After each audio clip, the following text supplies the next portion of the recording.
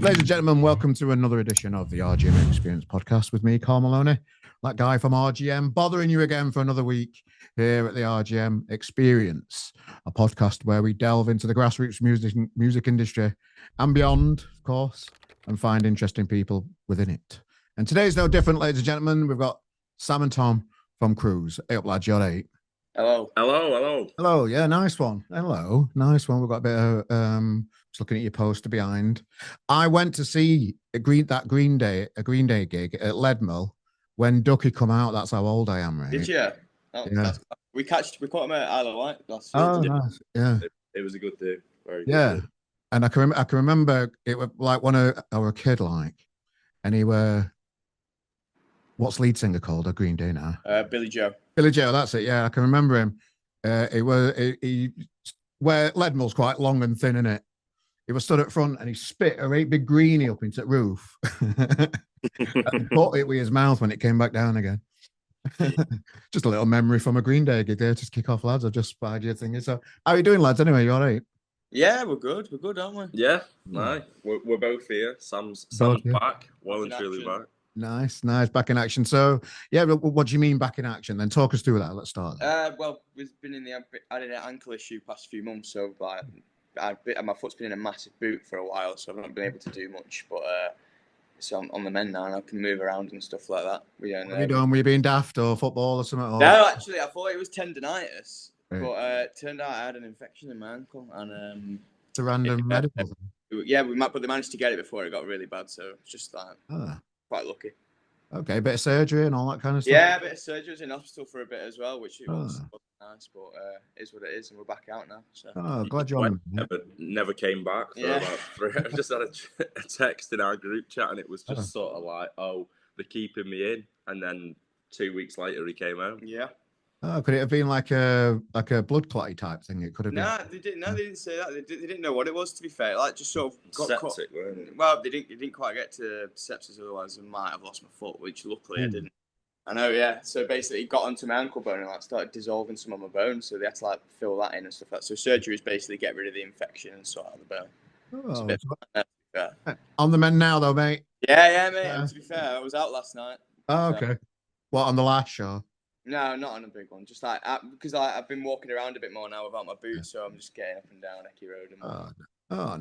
Nice. Well, thanks for joining us today, anyway, lads. For ailments aside, I could go on for ages about them being at my age, but we moved. But this is the second attempt we've tried to record this podcast today. Earlier on, you had a bit of a to-do, didn't you? We've had to delay it a little bit. What's been going on around your flat, mate? What's not been going on around? Go on then. So. Basically, we had a big knock at the door. I think it was Thursday night.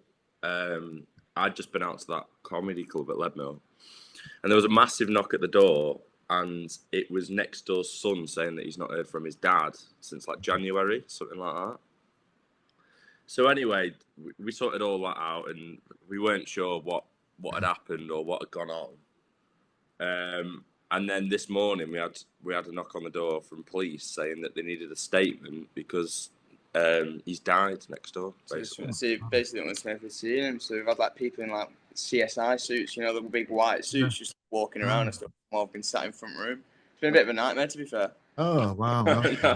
Well, commiserations to the family and all that kind of stuff. Yeah. It's just it's wow. Just the most not what we wanted this morning, but I can imagine. The bizarre stuff. It's just it's crazy. Yeah. Well, let's start then. So I first started. I always keep an eye because I'm from Sheffield myself, so I always love it when I see a new band coming out of Sheffield. And over the last couple of years, I've just seen the name Cruz all over the place. So I thought I'll come and check them out down in Manchester. I came to see you down at Breadshed once, or one of This Feeling gigs, weren't it? One of them all day things. That were a good day. That was a good day. Was that big in 24? Yeah. So I'll come and see you live, and you see what it's all about. I had a little chat with you, and say hello, and that, and it just feels like you've kind of hit you've just kind of, what's the phrase I'm trying to think of? It's failing me today. You've just fucking gone for it, and it's all over the place. It feels like you're in a good place at the minute. Yeah, it's been good, hasn't it? Yeah, I'd say so. It's been a bit bizarre because I don't know what we thought like the whole band thing was. Like 3 years ago when we started, we didn't I remember I was ringing you. So me and Sam used to send like bits of songs back and forth, and then we tried getting a drummer and a bass player. And then as soon as we got that, I was like, right, here we go, sort of thing. And I was like designing logos and all sorts of stuff. And then just to see it all now and it plastered everywhere, and people like when you get mentions on like Twitter and Facebook and stuff, and it's just people saying, "Oh, listen to Cruz," or like big upcoming bands, and they'll tag us in it. It's just crazy. It's so bizarre to see, but I mean, we love it. Yeah, it's really good, to be fair. So like when you have like people messaging you all the time asking for personalised things and stuff like that. We know people who've made their own tote bags as well, like their own Cruz merch and things like that, which is just a bit. Yeah, but obviously class. I mean, there was a guy the other day, and he sent, what was it? It was a signed set list, and he had the drumstick in. He had like we used to hand out these beer mats as well with QR codes on. He had one of them in it, and he had something else, and he just collected them from different gigs and bits and pieces, and then sent it all over. It's crazy. Clash stuff like that, though, isn't it? Just the commitment of people and how much they can get involved and invest in a band. Just nice, isn't it? And particularly, you know, I'd say quite a young stage of your career, like being in a band still, and it really, you're still going for it, you're still looking for different opportunities. Yeah, we're still just getting going. We're just getting going, aren't we? Really, this is just the beginning, and it's going really well so far. So we're just trying to keep on with it, keep our heads down, go with the flow, and see how far we can get. Yeah, so I've been in bands myself in Sheffield, made all the mistakes in the world, playing fucking grapes every 3 days a week and all that kind of stuff back in the day. So, what's it like for a band in Sheffield at the minute, trying to do your own thing? What's the landscape around you like in Sheffield? I'd say it's hard work at the moment. I feel like when we were like first year or two, we were just wanting to play as much as possible. We're playing everywhere, anywhere. Yeah. Tramlines Fringe last year, we did the whole I think we did seven gigs over the weekend, something like that. Madness. And then now it's just, obviously we wanting another big headliner this year. We had it all announced at Leadmill, and then that's obviously what's happened.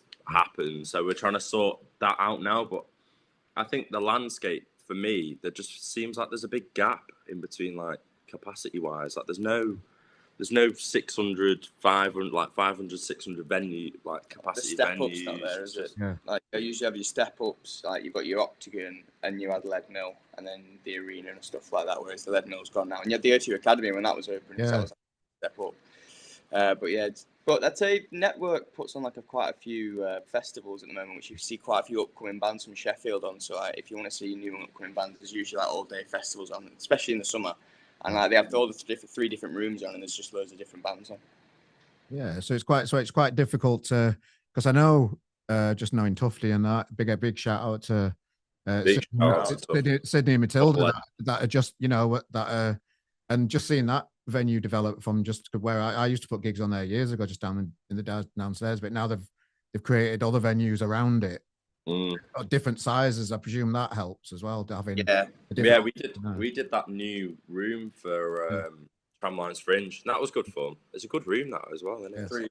I'm pretty sure. Yeah, it's great location for it as well. Yeah, we love Sydney. And last time we did Leadmill, we all went there after. Well, especially when we first started out, like a lot of our gigs were at Sydney and Matilda, so like they've always been good to us. Yeah, no, big shout out to. I'm going there next Saturday. I'm going to watch Space are on, and White Horse are supporting them. Class. Like we had Tom from White Horse on the podcast recently, and I'm really excited to see them live and see what Tom's doing these days, because he's an interesting lad. Do you know those guys? I don't think we do. No? Not off the top of my head, no. He used to be in the Blinders, Tom, and he's created. He's moved to Sheffield, and he's doing loads of gigs in Sheffield at the minute. We'll have to. We do. To be fair, we do go down and we catch quite a bit of music. Yeah, we do try and get out as much as we can to see, especially like Yellow Watch. Yellow Watch is a cracker. Yellow Watch, like Yellow Watch is a good. I used to put gigs on that down at Yellow Watch back in the day. Yeah, it's a little bit. It's harder to get people because it's a bit out. It's in Kelham Island, a bit out of town. Yeah. It's hard enough to get people to a gig anyway, isn't it? But you like to get them to go a little tiny bit out of town. There's a few like that though, isn't there? Because I've seen Leadmill putting quite a bit on at Crux, and that's the same in it, Crux Social Club. So that's a bit further out. But I mean, I feel like Leadmill's not Leadmill. Sheffield's always been a good one to to shift tickets. You know, if you look at all the big bands touring, like K's, Royston, Sheffield's always one of the first dates to go. So I feel people will travel. They'll go a bit further out. Yeah, they should do, but it just feels like it's harder for Yeah, I know what you mean. Parents and to get everybody's uncle out, you know, you know, make it happen and that kind of stuff. Well, tell us about them 7 gigs down at the Fringe last year, because we had you on the Thursday, didn't we? So it's like 8 in 2 days. Then you did 7 the next day after that on the Friday, was it? How many did we do? So we did Thursday, Friday, Saturday, didn't we? When we didn't do the Sunday bed Sunday. Yeah, we started off with 1 on the Thursday. Yeah, one on the Thursday, 2 on the Friday, and then it was 4 on the Saturday. But it was good because we had a group of people with us, like our mates, who were just going around to each one, so giving us hand with everything, setting up, playing, straight on, and then straight off, and then on to the next one you go. And what like, because that's hard work. That's proper going for it, isn't it? Over a Tramlines weekend, you know, everybody loves it. Everybody just wants to play and do all that kind of stuff. But 7 gigs, too much? You know what? When you think about it before doing it, you think this is going to be a nightmare. But actually, Saturday morning, it was a bit like before on Saturday morning, because it was the halfway point, wasn't it? And we were a bit like, Jesus. But when you do it, and actually, my favourite gig was the last one we did as well, because it was everyone had been following us all day, and they'd come to the last one and just had a massive pie. They were all a few pints deep as well, which always helps. Yeah. No. Well, with Tramlines is only a month away. I'm doing the Thursday and Friday at the Frog and Parrot again, and then doing the main festival Saturday, Sunday. It's my favourite time of the year, really. Spend a bit of time in Sheffield, get to see how it's changed over the last 12 months, and just. Class. Have you got the lineup out for the Thursday yet? Or? Yeah, Matt Hook headlining, Spook Music, Sam BK's opening, and oh god, I'm on the spot here now. But it's all on RGM on the links and stuff. And then we've got Spangled on the Friday. Nice. That's cool. We had Jack Jones, but he's joined Pete Doherty's band. Fair enough. He's got a gig with Pete Doherty, so he couldn't put a gig down at. One of them. But another thing, we've got Lissy Taylor on as well, who's just signed to a major record label. Nice. So I'm trying to put on, especially on the Friday, I'll put local stuff on the Thursday because everybody's in Sheffield's getting warmed up for it. And then uptown, quite a lot of Manchester bands usually on the Friday, just to introduce people to new bands and people that are on the rise and that kind of stuff, and trying to offer something different a little bit. But I've been putting gigs on at the Frog and Parrot for over 10 years, and Nick got me into this thing, and RGM came out of it, really. Do you guys, what kind of support is there for you in Sheffield at the minute? Who would you ask advice with or for or from? Who was you saying? Well, I mean, we've just had so we've got a guy in now managing us, Tyler. So he's brilliant, really good lad. Like proper get on with him. He used to be in Vivas in Sheffield. Know him well. I wondered if it's that Tyler. Yeah, Tyler Savage. Yeah. So I mean, he's now our go-to. But when we were first coming up, I mean, it's just your local like heroes, and like we said, Tufty before, he was brilliant. Alex Bart, it was like sound people as well, because I remember we were playing Record Junkie, and it was our second gig, and we were supporting Rosellas, and we watched their sound check, and then we were going on after, and we'd never done one before, like in our lives, and we were just like rabbits in the headlight. But I mean, he was really good, and he was like, "Oh, just say like what you want or what." Whatever. So I don't know. I feel like there is stuff there, and then obviously like your publications to get your tunes out. RGM have always been brilliant. This Feeling, they've got most of our gigs, and we're sort of like This Feeling. We speak to a couple of lads from Rosadoc from time to time, don't we? Just getting their point of view on a few things, like because we had a look at doing City Hall instead of Leadmill. Obviously, Leadmill closing, but they were talking about hiring. You got to hire out your own PA, do your own health and safety risks and stuff like that. But yeah, just go to other people who've been doing it for a while and asking them advice and stuff. Cool. Nice, because it's a really tight, small community Sheffield music scene, isn't it? It's nice that there's a lot of advice there. My mate Neil Hargreaves did your recent video as well. Oh, yes. He's glad. Neil, we love Neil. He's a good lad. He is a good lad. Tell us a bit about Neil. What we like. He's good. I've had him on here. I've known him years. I love just taking the piss out of him. Just say whatever you want. It's brilliant. Well, we first met him, so we had a gig down in London. So this was for the Play the Game music video, and I think we got back at 4 a.m. something like that, and then we had to be up at 7:30 for this music video. So we all walked in like just absolutely knackered, and met Neil, and he was class, to be fair. He's very helpful. Obviously, he's under the same like management company as Tyler, so Tyler speaks to him, and so Tyler's our manager, but then Neil sort of comes in and helps us as well. So he does October Drift, doesn't he? Yeah, it's a good combo. Nice. So is it a bit too small? Do you feel like sometimes Sheffield's music industry? Well, I don't know if it's too small because, well, I suppose it is in a way because you sort of know everyone. There's nowhere to expand in some areas. But you quite like the idea of that you know everyone around and it's the communication's dead easy between bands and everyone's trying to help each other out. Because the biggest cities as well, like you'll have bands from one side of the city to the other, and because the cities are that big, you don't really come across each other. Whereas here, if you're playing, you'll come across each other more than once. Yeah, nice. So let's rewind a little bit then. So what was life like for you both growing up before you got into a band then? So Sam, we'll start with you, then we'll move on to Tom. Tell us a little bit about what it was like before you started. I grew up in a little village outside Manchester called Lymm. It's a pretty quiet life, to be fair.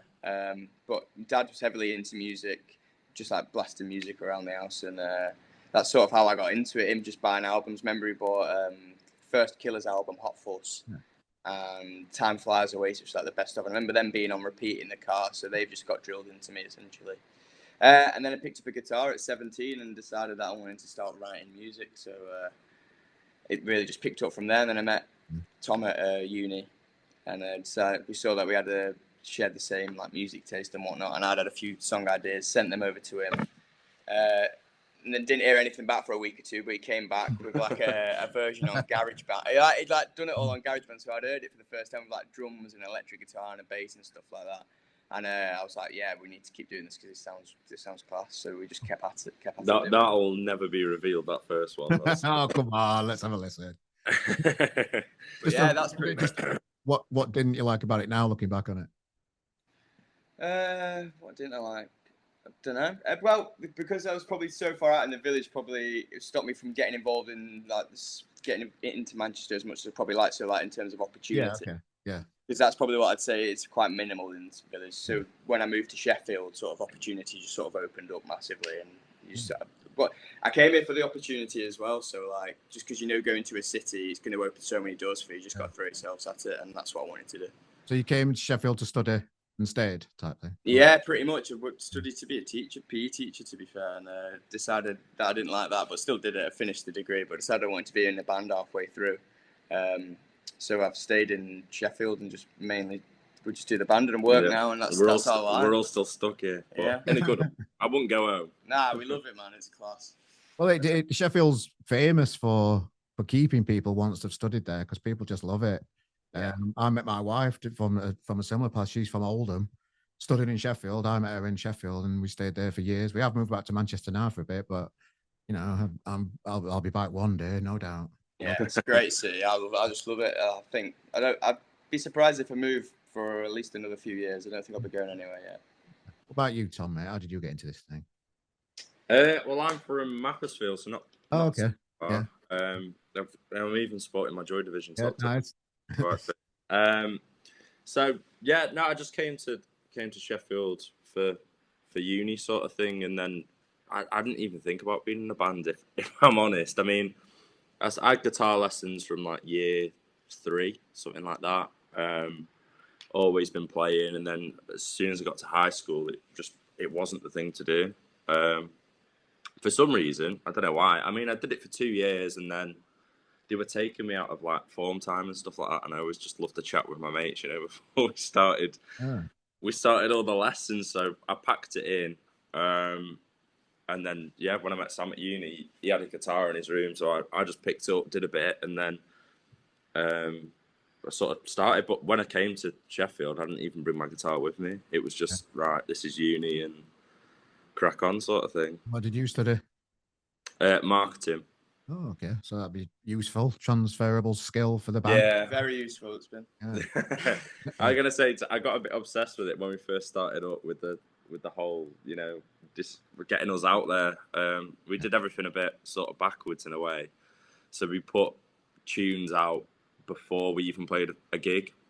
Ah. So our first two singles came out, but that was just from me thinking people will hopefully come down, they'll hear the tunes, and then they can follow us then on Summit and they can listen to the songs recorded. Whereas I think traditionally most people, gig for ages and then release something. So yeah. And what else? Because we talk about it probably too much. A lot of bands have to complain about the marketing side of it, creating all these reels and shit that everybody's got to do these days. And you've got to be a content creator and create your music and go on tour and sort your vinyls and sort your records out and sell your tickets yourself and get the stress of all that. It's a lot, isn't it? It is crazy. To be fair, I feel like we've got a lot better at it. Yeah. When we first started off, I mean, we didn't have a clue, but we didn't have a clue with most things. Well, luckily you had your marketing degree, so it was mainly going on, to be fair. And we were just learning on the way, because I didn't really know anything, so as it's been going on, I've been picking things up. So same with everybody else, but luckily we had marketing man. Marketing man. Yeah. So you mentioned it earlier, the Lead Mill. Proper tour. I'm really torn with it. I don't know if somebody's dropped a bollock somewhere down the line and not renewed this lease that's caused all this pain for the whole city of Sheffield. And still I've asked them to be on the podcast and have a chat about it and talk about it. Still waiting for a reply, but I'm really frustrated with what's gone on there. They've lost the legal battle, so it must be someone's dropped a bollock somewhere, and we've lost this amazing venue in Sheffield. Yeah, it's just been such a shame, to be fair, because we were looking forward to headlining the main room ourselves. We're lucky enough to play it with the Claws a couple of months ago. Yeah. So we did manage to get to grace the main room stage, which was on a bucket list for us to do as a band. Yeah. So we did get to do that, which we were fortunate. But it'd have been nice to headline as well. But it's just a staple, isn't it, for Sheffield? And it's going. I think I've probably spent a fortune at Lebanon the past few weeks just because it's going. Right. Yeah. We used to get down quite a bit, but then everything at the moment. So we did the comedy club, didn't we, last month? Yeah. I'm going again on Monday to see Adam Rowe and Dan Nightingale. The comedy gig there. Yeah. We went out the other night for a Sonic Saturday, the final Sonic Saturday, just for the novelty of it. I mean, it was probably first place I went in Sheffield for a night out. I've had a few of those Lead Mill vodka hangovers. Oh, definitely. God. They're horrible. It's the thing, because I've got through a few of those vodkas in there before. Just I went to see Blammo, the first ever gig ever, when I was 16 at the Lead Mill, when I shouldn't have been allowed to go in, but you just do, don't you? I can't remember what Blammo are doing these days, but just to have that loss, it's a painful one, seeing the Lead Mill go, for me personally. Just having gone, we used to go there Monday, Tuesday, Wednesday as a student, and when you were young enough to be able to get up and go to work next day and still carry on. Yeah, we literally used to go every week, didn't we, at uni? When we were there, because it's just what you do. It's just a great place to go. Steady as drinks are cheap. And some of the bands we've seen in there, they always pull in we watched Cortinas in there the other month, and it's it's crazy. Like Salmons in there. Arena sized bands just playing the Lead Mill for the whole novelty of it being the Lead Mill, and obviously that's going, unfortunately. But yeah, as we record this, it goes on the 28th. That's when I'm in Sheffield next Saturday. I've messaged you. It's all sold out now. The last night, obviously, for it, but I'm gonna try and sort some out and just go and say hello to the old place. Well, but from my understanding, somebody else is gonna run gigs from that building, but it's not called the Lead Mill. Is that the general vibe? They're having a change up, aren't they? I think there's the new owners changing it to a different company, so it's not going to be the Lead Mill, but it's still going to be a music venue. But I don't know what kind of music will be on there. I can't imagine a lot of people striving to go to that venue after, when it's not called Lead Mill anymore. It's going to be hard work for them people coming in. Yeah, especially. I just feel bitter about it all, really bad. I shouldn't really, but it is a weird one, isn't it? I think there'll just be a massive boycott on it, but then I think ultimately it depends on this guy's connections and stuff like that. Like if he's booking touring bands in, and he's pulling some big names in, unfortunately, people are going to go, aren't they? So I hope Leadmill gets somewhere else. I think they should do a bit like a promotion company at the moment. Like still keep the Leadmill Presents. Yeah.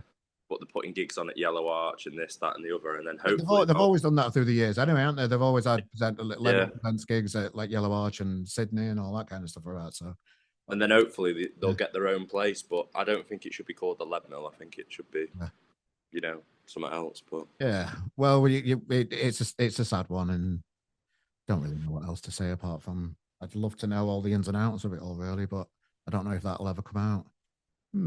Well, if they're watching, come on the pod.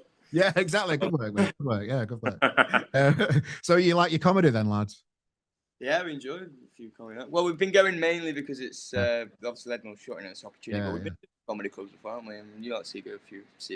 To be fair, I have like waves. So at the moment, it's been crazy. Like we all went as like a house, and Ethan came as well, drummer, just to see what it's about. Because I mean, apparently it's sort of like the place to go for the up and coming, and it was like £6, £8 a ticket, something like that. So it's like £2 per act, and that was a good night. And then me and my girlfriend wanted to go the week after, so we went. And then I'm watching Adam Rowe with Ethan. So I don't know. At the moment, I'd say beforehand we didn't really go as much at all. Like, I've never seen a comedy gig before, and now it's just chaos. I went to see Peter Kay. I went to his recent tour. Yeah. That was all right, to be fair. Yeah, nice. Well, Adam Rowe, I do like Adam Rowe. I do like my comedy myself, and he supported Shane Gillis at Co-op Live. I went to see, if you know Shane Gillis is an American. Yeah, I know Shane Gillis. And Adam Rowe came on first at the Co-op Live, and I'm like, oh, let's see what he's all about. And he were one of the best comedians that night, even better than Shane. I thought he was a bit lazy and a bit doing a lot of American themed stuff that the crowd didn't really connect with. I felt like on the night. But yeah, he came on because he's a big Scouser. He came on to the biggest, the whole arena booed him just as that was quite funny to see. And he played, he knew it was going to happen. He said to everybody, I told you this was going to happen. It was just quite funny to see him just get booed in fucking Co-op Arena. It was funny. And it probably what biggest venue in Manchester. Yeah. So the Leadmill's going. So what have you got, guys, going on in the background? Because I know you've got a new tune out at the end of the month that you're just about to. Whereabouts are you in the process of promoting that? Are you at the minute? We've recorded it, obviously. We've shot the music video for it as well. So hopefully soon the whatever date will come out, we'll announce it on socials and whatnot. And then we'll get the promo pushed for that. Yeah, they're looking forward to it. It should be a good one. Play the game that we released in January. It seems like ages ago for some reason. So I feel like everyone is ready and wanting new stuff from us. So hopefully they enjoy it as much. I mean, since recording it, it's been one that we've not stopped playing. Yeah, like a proper earworm for us, which is usually a good time for us if we enjoy it. Yeah, normally we play it a few times and then go, right, that's enough, and then we'll put it on the back. If we're enjoying it, because I think it's our best work yet, which I'm really proud of, to be fair. So can't wait to get it out. And are you allowed to tell us what it's about and what's the theme? When's this podcast going out? In 2 weeks, but just before. Oh.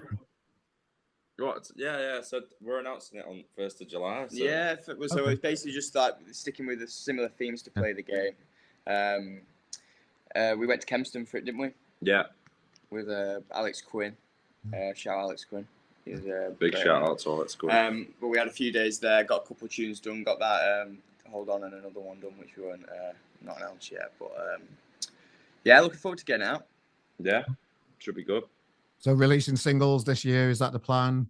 Getting this date booked in wherever it is for this headline show?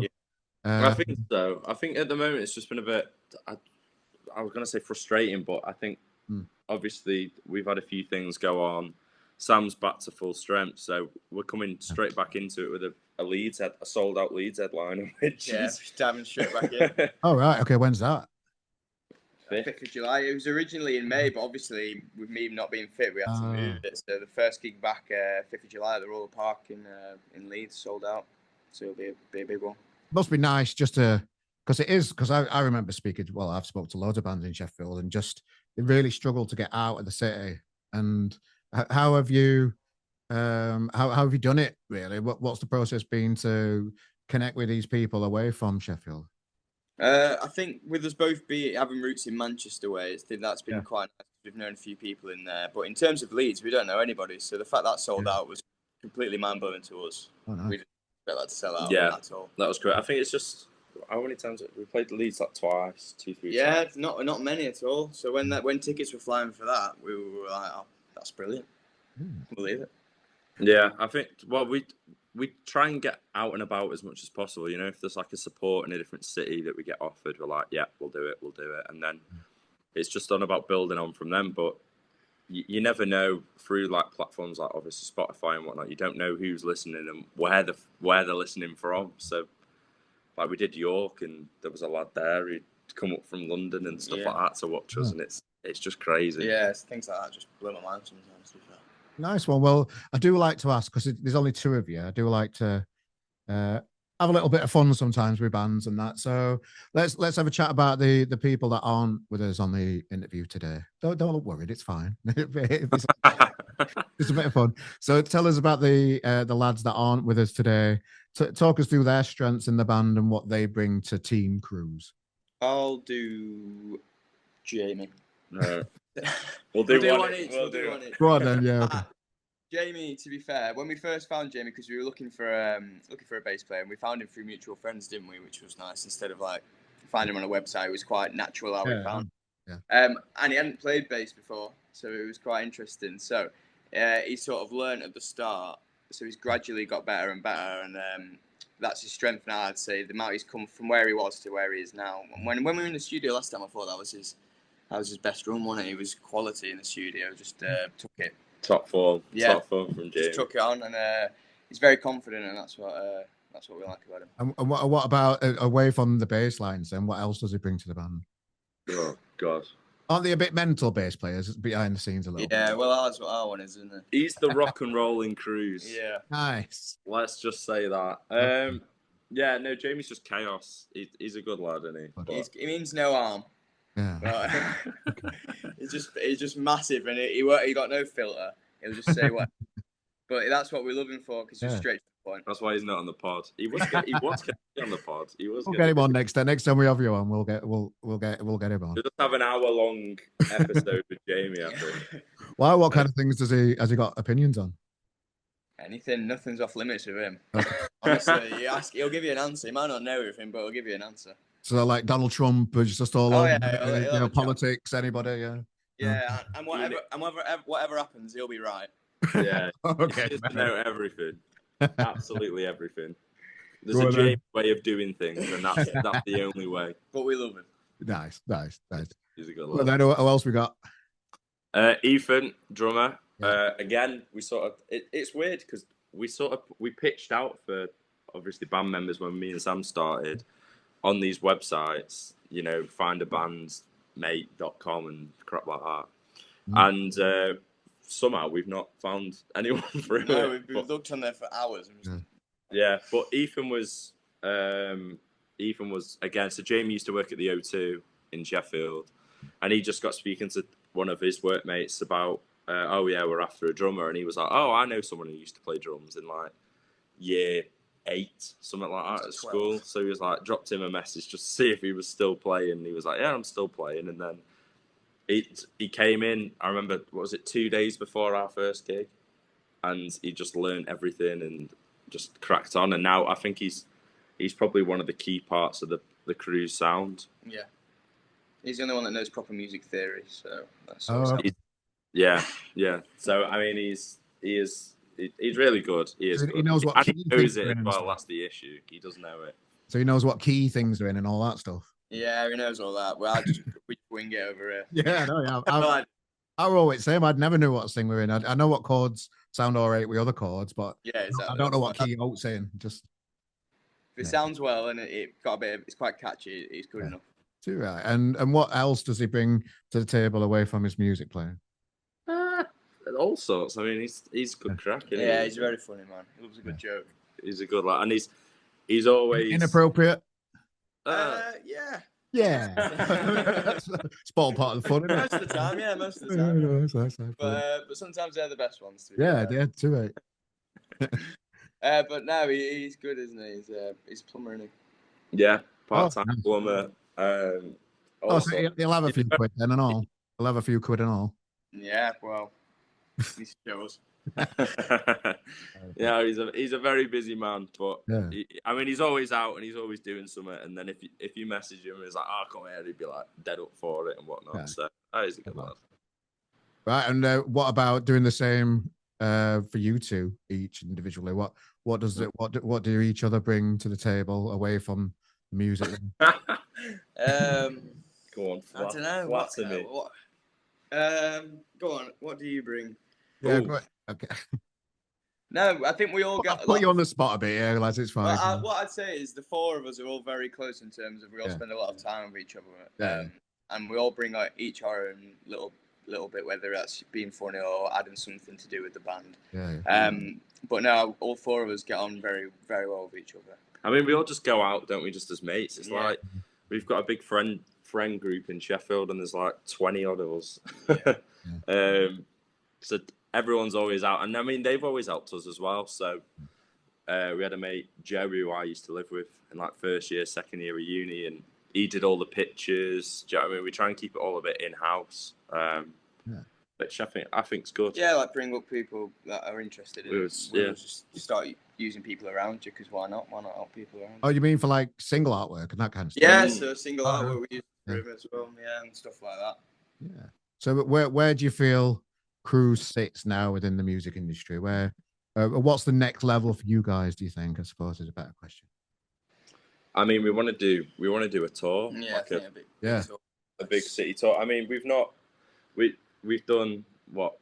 Well, hopefully it will be 3 headliners this year, which has been crazy. Do you know what I mean? Sold out Manchester's, done Leeds, and hopefully we'll sell out Sheffield again. So just to scatter that out, do like a London one, Birmingham, just get about a bit, but as the Cruz sort of the Cruz name, the Cruz gig, shall we say? Yeah. Yeah, well, I'm always keeping an eye out for you. I went to see you when you supported my mates, the Cavs, down at the Band on the Wall. That were a good night, weren't it? Yeah, that was a good venue as well. Yeah, class venue, like, isn't it? So is that more of the plan as well? Do more support slots with band? Get bigger. Yeah, so like we've done Manchester and Leeds, so we'll probably look at the shows there, but up the venue a bit and try and see if we can push ourselves a bit in other cities and stuff. Love to do the Deaf Institute as well. I think that's probably next step in Manchester. So we shall see. And what's the plan through Tyler then? Has he got is everything planned out for the next 6-12 months, or is it? Oh, he's got all sorts of plans. Yeah, he's got his plan for the next 10 years. Yeah, fair enough. Nah, we're going with the flow, see whatever comes our way, what opportunities we've got, and take them on. But everything's going really well. Like I say, we've got the Leeds headliner, got our new tune coming out. Just looking to push on, really. So can't you get you supporting Def Leppard then? Well, that'd be good. That'd be good. We're waiting for the call. Waiting for the call. Bravo. Well, Sam and Tom, I've really enjoyed getting to know you again. I can't wait to catch up with you again and push a pint in front of you at some point. Oh, definitely. And see you out about a gig, lads. Is there anything like just a final message you want to leave to the Cruz fans that are watching this and have stayed to the end? Thanks for staying to the end as well. Thank you, everyone, for staying till the end. Thanks for staying. And new music's coming very soon. Get it streamed. Nice one. Cheers. Field. Nice one. Cheers, lads. Thanks for joining us today for the RGM Experience podcast. And as always, you've got to say these things, I think, on YouTube. Like and subscribe, will you? Nice. They probably they won't, but you just have to say it. They will. Just click that button, notifications, all that stuff. And thanks for joining us for another edition of the podcast, ladies and gentlemen. We'll be back next week, delving into the grassroots music industry and beyond. Thanks, guys, and all the best with Team Cruz, and say all right to the lads for me as well. Nice one. Cheers, boys. Yeah. Thanks very much. Thanks for having us.